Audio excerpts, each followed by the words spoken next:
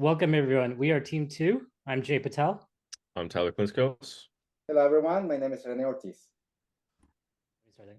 Thank you for joining and listening as we journey into the fascinating world of fungi, where the line between nourishment and danger is as thin as a mushroom's veil. We've chosen the mushroom dataset for our machine learning model evaluation because it presents a thrilling challenge. Our goal is to distinguish between edible treasures and poisonous pitfalls using the power of machine learning. We endeavor on 3 model evaluations: the classification decision tree, the naive Bayes, and logistic regression. Before we jump into the models, let's jump into the data set that we are evaluating and what we uncovered. Our data set could contain more than 8,000 data entries with 23 attributes, and each entry belonged to a unique mushrooms. One thing that we found is that all data was categorical, and our target class was to determine if the mushroom was either edible or poisonous. So for our data pre-processing, we verified that the data set didn't have any missing values, remove any duplicated data, and also during the data exploratory analysis, we looked for low variance features because those have the tendency to overfit our models. So we found 4 that were removed, and also we ran some other techniques to find which features had the more relevance and were more deterministic in predicting our target class. And those were the odor, gill color, spore print color, cape shape, and cape color. Those were the main features that contributed to classify our data set.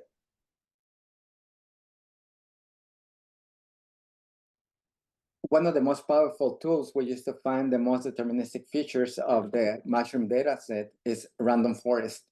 Random forest is an ensemble learning method used for both classification and regression tasks. It builds multiple decision trees during a training and merges them together to get a more accurate and stable prediction. Random forest belongs to the family of bagging algorithms. It also uses a technique called bagging, which involves creating multiple subsets of the training data with replacement and training a decision tree on each subset. This method is called bootstrap aggregating or bagging, which is a concept that we learned during our class.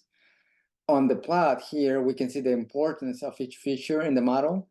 Features with a higher important value are considered more influential in making the prediction.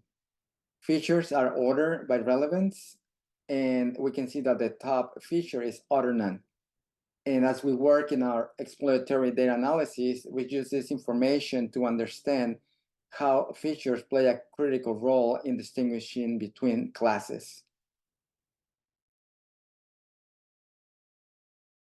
Our first evaluation is to look at the classification decision trees, a powerful tool in our machine learning arsenal. This nonlinear model dives into our data, splitting it into branches and leaves. At the heart of the process is the quest of maximizing homogeneity with our data, guided by the principle of information gain at each decision node. Let's start from the top. The root node, determined by the Gini impurity, which helps us assess the likelihood of incorrect labeling within our data set.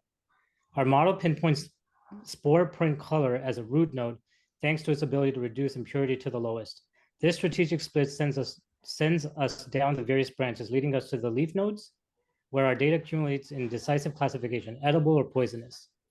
Our model boasts an impressive accuracy of 99.86% with a tree depth of 4 levels. While a deeper dive might yield a perfect score, it also raises the concern of overfitting.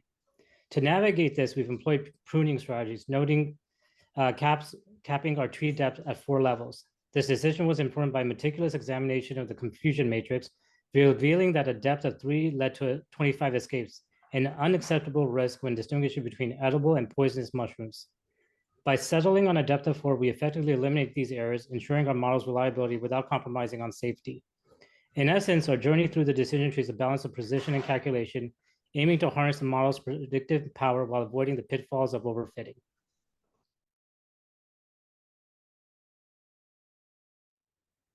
For naive Bayes analysis, since all data was categorical, we didn't need to run a probability density function to run this model, just as we did with decision tree. We use a 80-20 approach, 80% for data training the model and 20% to test. The model had a prediction accuracy of 98.0%. Trying to prove the model, we try techniques like live place smoothing to handle zero probabilities or prevent zero probabilities assumptions and to make the model more robust. However, the final prediction was the same. In the confusion matrix, we can see that 39 were predicted as poisonous when they actually were edible. For our last performance model, we chose logistic regression model. And the data processing for this was pretty much the same as the last two. It was important for us to perform one-hot encoding for all categorical variables to get them into numerical format, as well as drop the first column as to avoid overrepresentation of the edible and poisonous columns being counted. After this, we would separate the target variable from the training sets and proceed with training. After initializing and training the logistic regression model, we would continue with evaluating the model's performance accuracy.